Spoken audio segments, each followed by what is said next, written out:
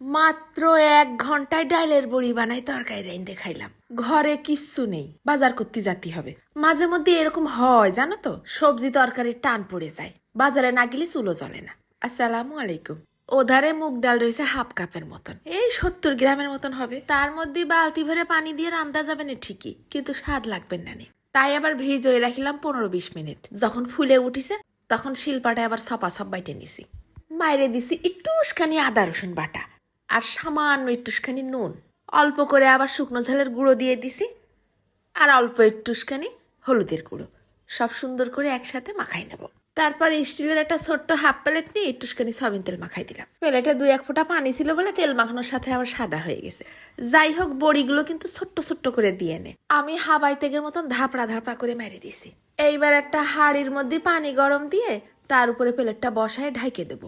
বেশি না, মাত্র 8 থেকে 10 মিনিট। খুন্তি দিয়ে একটু খুঁচা দিলেই ফসফস করে বড়িগুলো উঠে যাবে না, মানে বড়িগুলো একেবারে পারফেক্ট সিদ্ধ হয়ে গেছে। মাছ টাছ তো নেই, ফ্রিজটা হাতায় দেখলাম খালি একটা মাথা পড়ে রইছে। তাই একটা মাথা আমি কার গালে দেবো? তাই আবার ছোট ছোট করে কাইটে কুচোই নিয়ে একটুখানি নুন আর একটুখানি হলদির গুঁড়ো দিয়ে খুব ফাইন করে এপিট ওপিট সুন্দর করে মাখাই নিছি। তারপর আবার কড়াইয়ের মধ্যে ফেলাই দিলাম 2 চা চামচের মতন সয়াবিন তেল। এরপর ওই বড়িগুলো ফেলাই দিয়ে বেশ একটু লালচে লালচে ভাব করে ভাইজে নেবো 2-4 মিনিট। এই বড়িতে কিন্তু তেল বেশি টানে না। একটা আলু ছিল, তাও আবার কাইটে কুটে ফেলাই দিছি। আলুটাও 2-4 মিনিট সুন্দর করে ভাইজে নিচ্ছি। একটু লালচে লালচে হলে খাতি ফাইন স্বাদ লাগবে না। দেখিস ওই অল্প একটু তেলে কিন্তু সব ভাইজে নিচ্ছি। শেষ পর্যায়ে কাটা মাথাটা ফেলাই দিয়ে মাথাটাও সুন্দর করে লাল করে ভাইজে নিছি।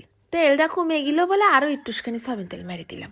তার ভিতরে দিয়ে দিছি প্রায় 1 মুঠখানি পেঁয়াজ কুচি। পেঁয়াজ কুচিটা আবার একটু নাড়ে চাড়ে ভাজা ভাজা হয়ে আসলি 4-5টা কাঁচা ঝাল চিড়ে দিয়ে দিলাম। নাড়ে চাড়ে ভাইজে নিয়ে দিয়ে দিলাম 1 টেবিল চামচের মতন আদা রসুন বাটা, একটুখানি নুন আর একটুখানি হলদির গুঁড়ো। তারপর দিয়ে দিছে 1/2 চা চামচ জিরের গুঁড়ো আর 1/2 চা চামচ ধনিয়ার গুঁড়ো।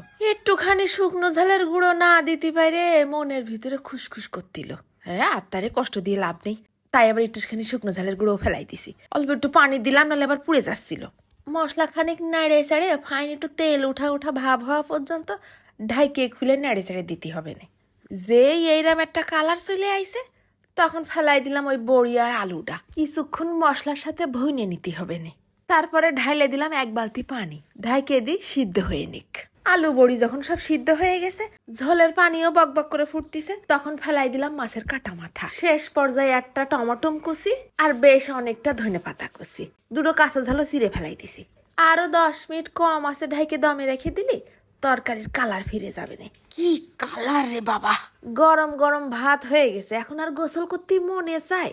ওধারে গরম গরম আলু বড়ি ঝোল ঠান্ডা হওয়ার আগেই নিয়ে নিলাম পাতে। শীতকালে ভাত তরকারি ঠান্ডা হতে বেশি সময় লাগে না, যত দ্রুত সম্ভব গরম গরম খাইয়ে উঠা যায়। ভাবিলাম বড়িটা একটু টিপে দেখাবো, তা সে গরমের ঠেলায় ধরাই যাচ্ছে না। ঝোলের সাথে সপ সপ করে ভাত মাখাই গালে দিলাম। বাবারে বাবা, যেই রকম স্বাদ হয়েছে সেরকম গালও পুড়ে গেছে। আলুটাও ফাইন মোমের মতন গলে গেছে। চা বানানোর সময় বড়িটা দাঁতের নিচে পড়লি ফাইন একটা ফ্লেভার বেরোচ্ছে।